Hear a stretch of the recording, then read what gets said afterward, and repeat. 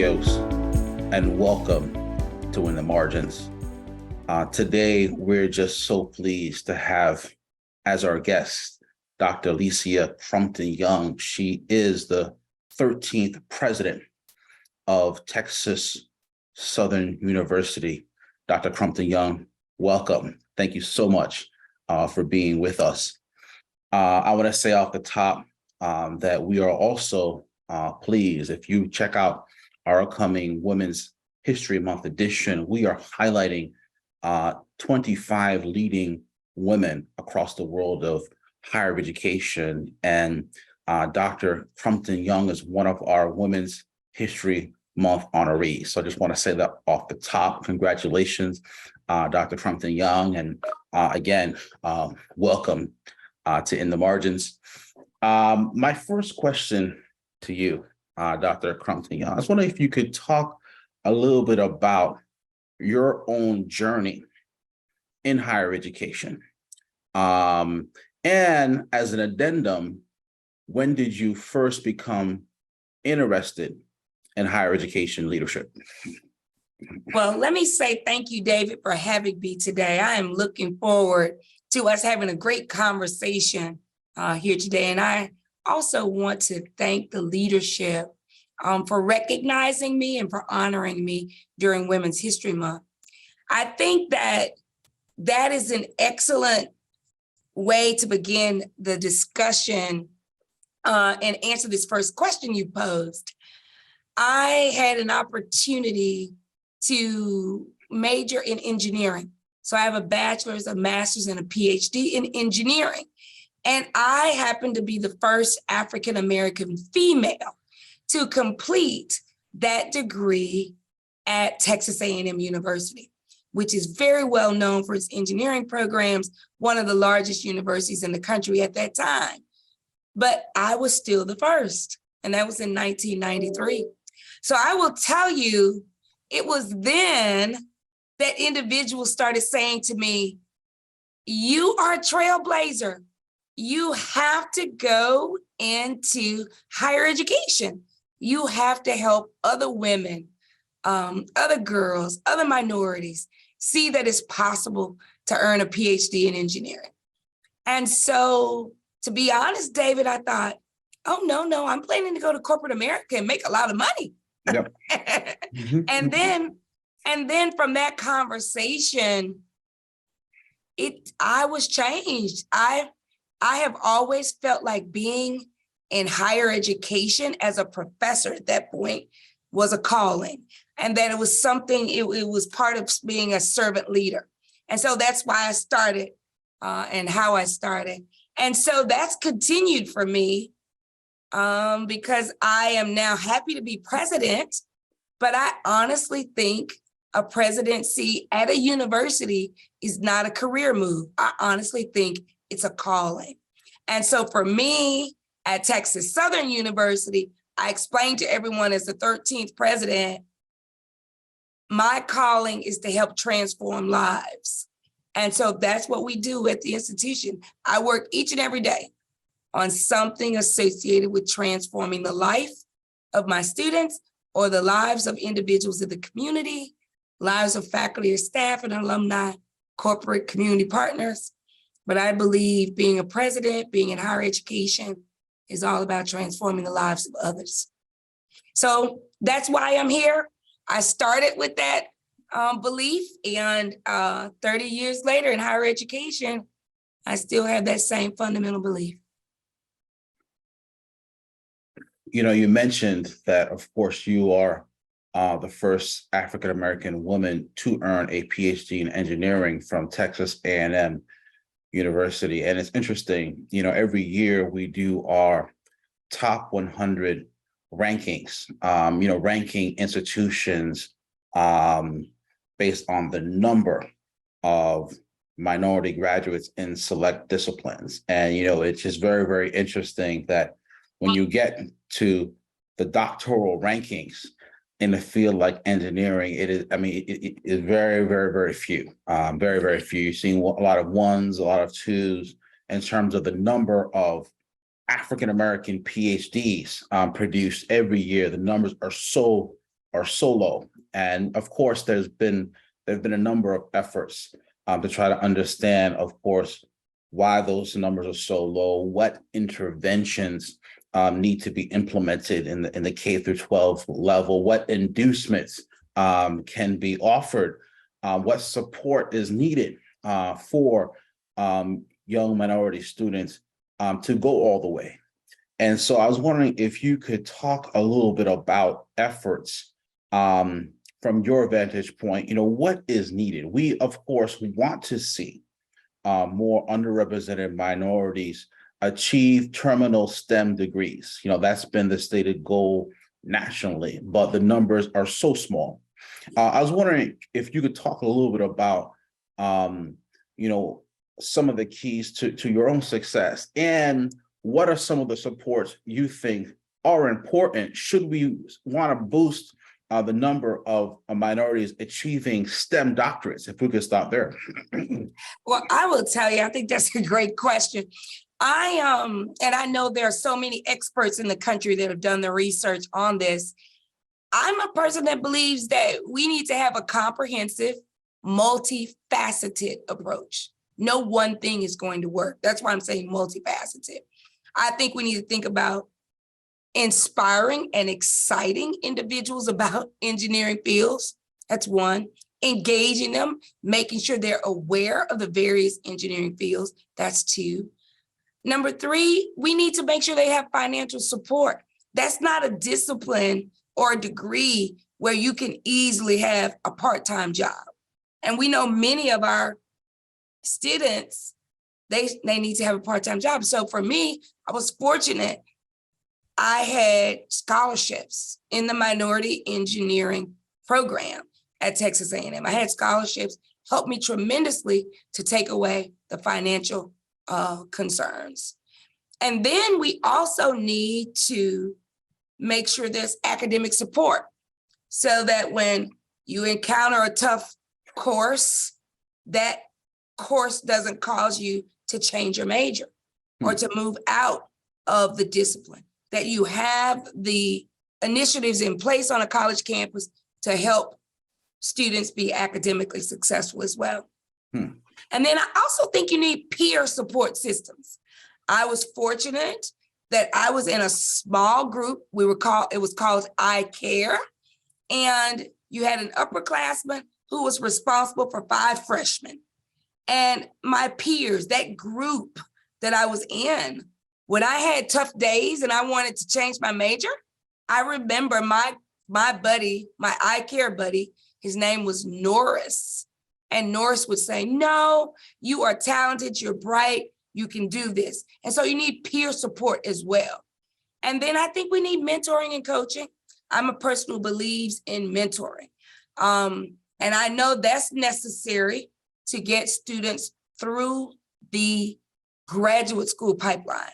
Mentoring, coaching, helping them finish their theses, helping them finish their dissertations, and then exposing them to other opportunities and other individuals who can be a great resource for them as well. So I think we need that comprehensive, multifaceted approach, and so that we can get students in, through, and out successfully. And unfortunately, I had a chance to do that. I've had a chance to do that in my career. I'm so proud of the fact that I had a chance to produce the first African-American female with a PhD in engineering in the state of Mississippi, first Latino female PhD in engineering in Florida, and just a number of firsts. So one of my graduates who earned her PhD in engineering with me at the University of Central Florida, Latino female, she just became a new fellow, a Boeing fellow. So it's just, she's done well, but to see that once we produce those graduates, to see how industries, companies, organizations, universities benefit from having that diverse talent is also one of the things I'm motivated by. You spent a number of years at HBCUs, of course, at Texas Southern now, but also Morgan State, and Tennessee State. And I suppose before I circle back to your current posting, I was wondering if you could reflect on the role of the HBCU in particular in helping move the numbers. If we're just talking about STEM doctorates as in particular, I was wondering if you could reflect on the work of the HBCU in particular in helping to prepare more minority students for careers in STEM. I was wondering if you talk about what HBCUs can do. Well, certainly HBCUs are the reason, they're the primary reason for why we have so many individuals from diverse backgrounds in STEM fields now. I think that the UNCF captured the data so well, and when they produced a publication entitled Punching Above Their Weight.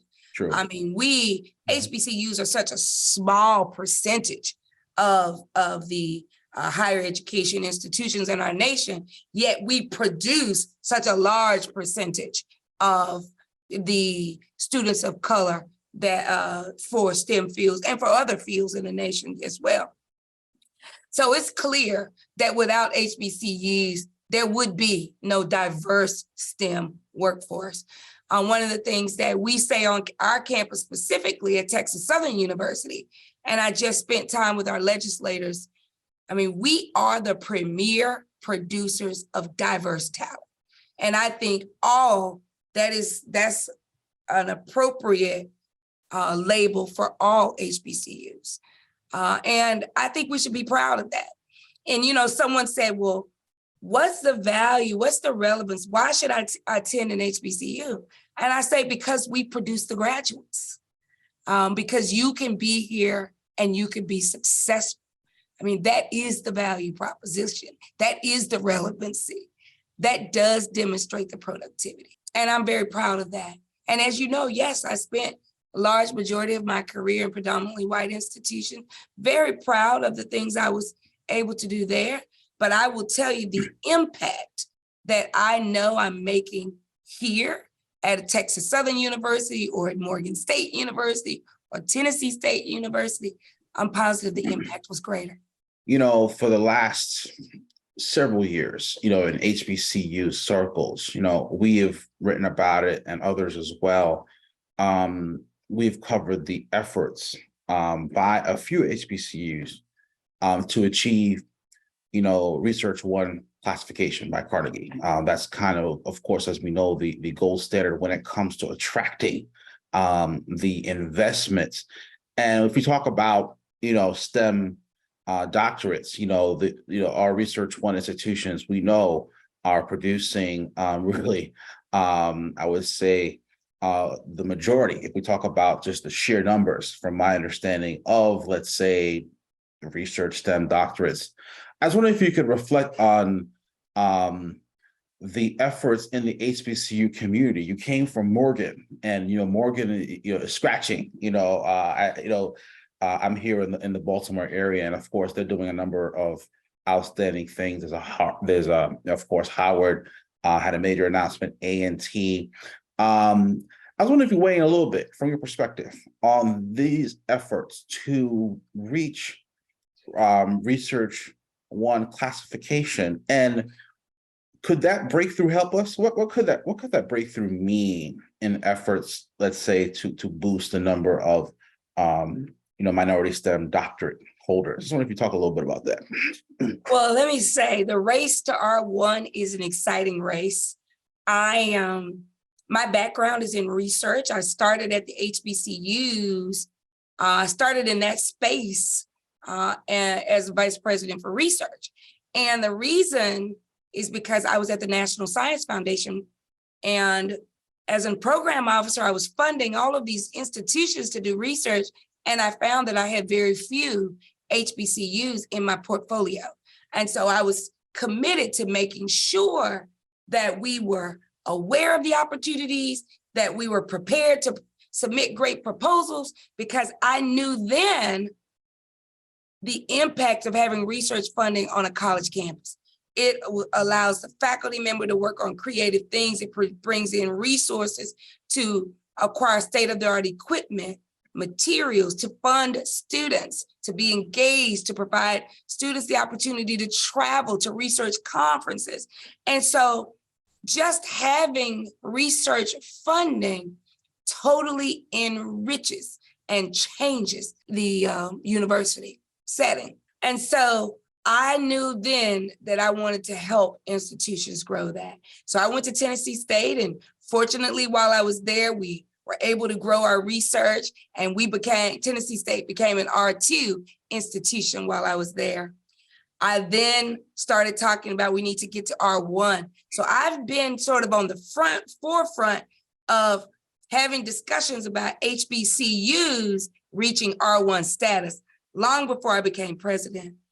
I went to Morgan, and as provost, worked also to enhance their research infrastructure and their research activities, put a plan together so they could reach R1. And then now I'm fortunate to be here at Texas Southern University. And as you said, there are 11 HBCUs with the Carnegie R2 status, and we're one of them. Now, fortunately, we had our Carnegie R2 status here at Texas Southern. We've had it since 2018, but we are now also aspiring. It's amazing. Our research activity grew by 33% last year. And yes, our doctoral production is growing as well. And it's amazing with the timing of this podcast discussion. I literally just testified in front of our Senate Finance Committee on why we are a great investment as it relates to research dollars. And I'm sure the other HBCUs could probably do a similar calculation in their state.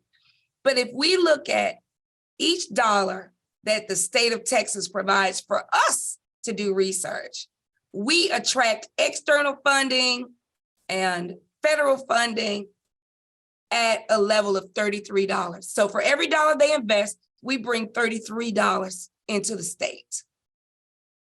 If you look across the state at all the other institutions, R1, R2s, on average, for every dollar our state invests in those institutions, they attract $15.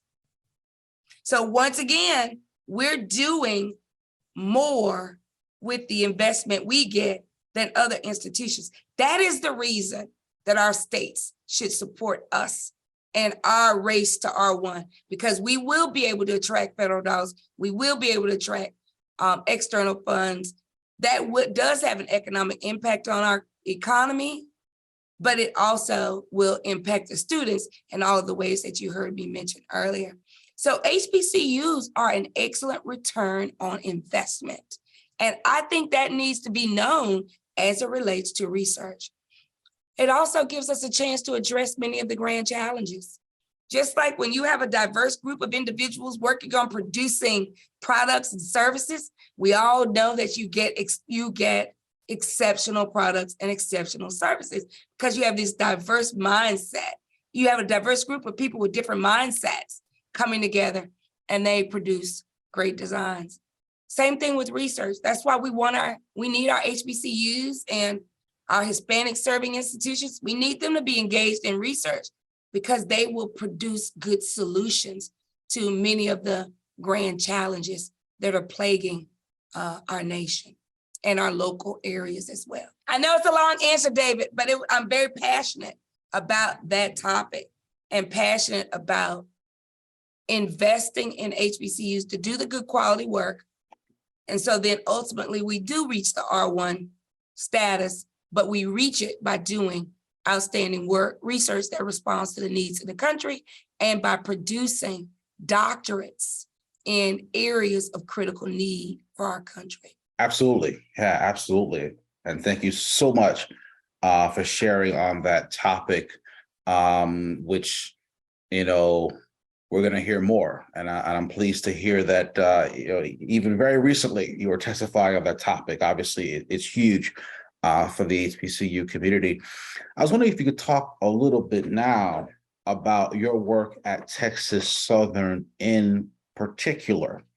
Obviously, we've talked about the efforts to boost the number of, minorities holding STEM doctorates clearly, and bringing you in. Obviously, Texas Southern was more than familiar with your trailblazing ways when it comes to STEM, when it comes to your background and focus. And so I was wondering if you could talk about your initiatives at a Texas Southern, what you're bringing to them, and where would you like to see Texas Southern go? I was wondering if you could talk about some of your plans for the institution. Absolutely. So I'm excited to have this conversation, this part of the conversation as well, because I described that we are in an era of achieving unprecedented success. And so we're always discussing, what does success look like for us? And we are using 3 guiding principles. We're focused on innovation, transformation, and disruption, because you also have to look at new, novel ideas as well, and not just always do what you've always done. So you'll hear us talk about the disruption mindset. So one of the initiatives, and I'm so excited, we were the first in the nation to create a college of transdisciplinary studies. This college has 12 new degree programs and eight undergraduate programs, 4 master's programs. And what it does is it allows individuals who have taken courses, they have coursework, they have relevant work experience, they can apply all of the things they've taken previously, and they can rapidly complete their degree. So we started with our first cohort this spring, and we actually have someone who will be able to complete their degree this spring. So can you imagine allowing someone to have the gift, the opportunity, the self-gratification, the self-worth, the self-pride, all of that associated with finally completing your degree? It matters so much. Plus, it will boost their employment opportunities. It will provide a number of options for them in terms of career marketability and career vitality, but it'll also give them that personal satisfaction of completing something that they started. So we're very passionate about our College of Transdisciplinary Studies, excited about what it's going to do for individuals. That's one transformative thing. We've also created the first Center for Transformative Health in the nation. So you will hear, I'm sure you've heard individuals talk about health disparities, or you've heard them talk about health equity. Well, the Center for Transformative Health is beyond thinking of just solving problems of disparities or ensuring equity. It is, what do we need to do to significantly change and enhance the health of our urban communities, of individuals there? So we're excited about that. That's a partnership with the city of Houston. Very thankful to Mayor Turner for having the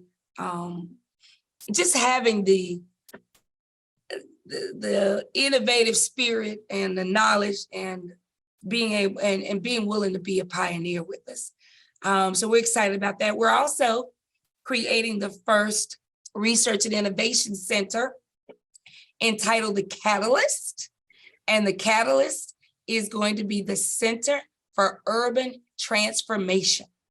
And so we are excited about the work that that center will be doing as well. It's one of our new initiatives. I'm very pleased on our campus. We have a wonderful group of student athletes.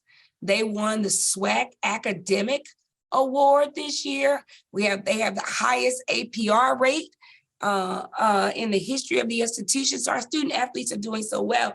So we're coming together and putting in place some transformative facilities and infrastructure that will support athletics. I'm sure you've heard that national conversation about us having good facilities. Well, we are implementing great facilities to support our athletes so that they're safe and they're healthy as well. So that's something else I'm very proud of on our campus. We've also put in place a signature program that I'm very pleased, and that's the Future Bankers Leadership Program. And this is a program that is strategic and intentional about developing leadership for the banking industry, diverse leadership for the banking industry. And we have all types of partners from the banking industry that are participating with us in that initiative. The students get scholarships, they get professional development and training, they have internships, and just a number of programmatic initiatives that help to ensure that they are knowledgeable and well prepared when they join the financial industry. It's a program we're excited about. And then we are working on something called the CAUSE, the Collaborative for Arts and Urban Social Engagement. I think sometimes we forget how powerful the arts can be as it relates to social engagement and change and a number of things that will help to advance our society. So we're working on that as well. So, I could go on and on about great transformative things on campus, but why don't I stop there and see if you have another question for me? Sure. I just have one last question for you. Our company, we talked a bit here about some of your background. You have served both in the HBCU community at 3 of our major institutions, and of course, or at least 3. And of course, you have served, of course, with a number of majority institutions. And, a lot of our readers will come to us and let's talk about majority institutions. People working at majority institutions, wanting to, stop the attrition of minority faculty, wanting to support the minority students who are the only one in their class. They're not feeling the support. They are not necessarily having the same mentoring opportunities. There are so many barriers. If we talk about minority students at majority institutions, and so many administrators at majority institutions are hard pressed to support their minority students who aspire to STEM doctorates, who want to persist, who are seeking careers in academia. You've talked about lucrative opportunities when it comes to corporate America, but your own career represents the value of seeing minority leadership in our universities, giving our students a vision of what is possible when they only see people in the majority as professors, as researchers, as university presidents. And so, my last question for you is, do you have any words of advice for our leaders in the majority community, at majority institutions? Because many of them would look at some of our journalism and say, hey, what can I do to support these handful of students who are struggling to get mentors, struggling to get through these programs, who are dropping out in some ways, feeling that, they can't make it. And so my last question for you is, any words of advice for leadership, I would say, at our majority institutions who are looking to make a difference for their minority students seeking to make it? Well, first, let me say I applaud those individuals who are in those institutions who are seeking to make a difference, because for 20 plus years of my career, I was that person. I was the person at the majority institutions seeking to make a difference. And I say to them, listen to the needs of the students. That's what I used to do. What is it that they need to be successful? Recognize that they may feel isolated, help to solve the isolation problem. recognize that they might need academic support, put in place the tools to help them solve get the academic support they need. They may need mentoring. They may need coaching. Make mentoring and coaching available to them. Even if you can't mentor every one of them, help to find someone who can. Find a way to help them persist in spite of the obstacles. Maybe remove some obstacles, remove some barriers. Take the time to help solve the problems. I'll give you an example. We had an African-American male at one of my institutions. He was going to be the first African-American male to finish his master's degree in chemical engineering. He was so good. He was in the laboratory, his major professor. He was so good. He trained individuals in the laboratory. He took care of the laboratory. He did whatever he needed to do to be a good team player. But his major professor would not make sure he was doing his thesis so he could graduate. I was not in that same department, but I said he needs to graduate. So I put him on a timeline and said, you have to write certain pages, you have to give them to us to review. I was in another department. I had another faculty member who was in the College of Education, but she was awesome she was an awesome writer. We decided he was going to submit his work to us. We were going to read it and edit it so he would make progress in completing his thesis, because his major professor wasn't interested in making sure he graduated because he was an asset to that major professor. So sometimes you have to find where that need is and be the one to make a difference in the lives of those students. So that's my advice. Well, Dr. Crumpton-Young, I thank you so much for being our guest here on In the Margins. Tremendous insight. Appreciate you for taking some time to speak with us today. Thank you so much, Dr. Crumpton-Young. Appreciate it. Absolutely. And I'm going to thank you. And I want to close by saying to all of my colleagues in higher education, let's proceed boldly and courageously, and let's work to transform the lives of our students. It can be done. Absolutely. Thank you so very much, Dr. Crumpton-Young. Appreciate you. Take care. Thank you. Have a great day. You too. Bye-bye.